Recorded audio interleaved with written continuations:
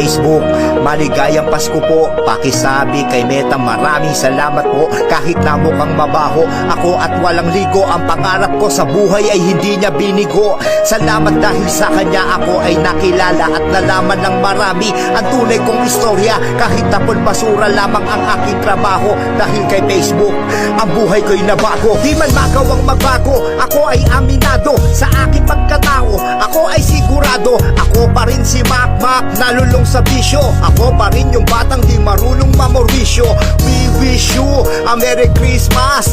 Thank you very much Lord Papa Jesus, sa napakalakas naming pangangatawan. Kung kaya sa COVID-19 di kami tinablan, mula nang mapakinggan ng milyong-milyong katao ang kantang naglalaman ng aking pagkatao.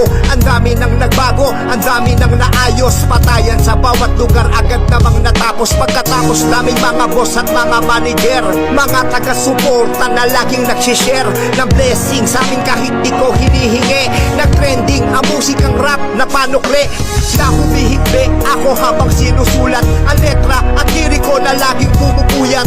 Banat lang ng banat sa nakahiligang sining. Pag inaantok asawa aking ginigising, hihingi ng pampagising para hindi makatulog.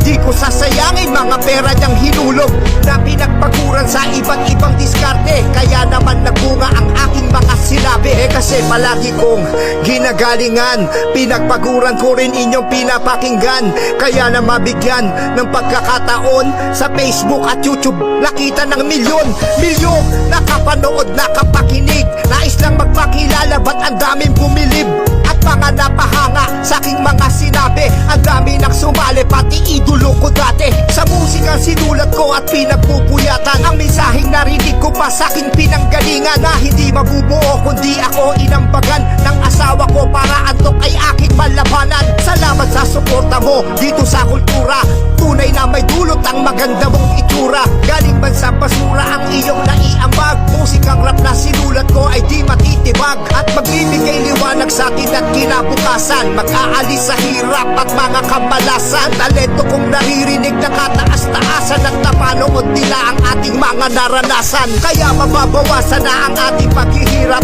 nasisilayan ko na rin ating mga pangarap na kay tagal hinanap at pinagsumikapan, na makamtan na ang ligaya at kaginhawahan, na mabigyan ng magandang pinagkakakitaan ni Meta na labis kong pinapasalamatan. Ang nagbigay ng halaga sa aking iniingatan na letra at liriko na kinahihiligan. Dahil sa'yo ang mga rap ko ay napakinggan. Bukod pa doon, buwan-buwan mo kong binibigyan ng sweldo.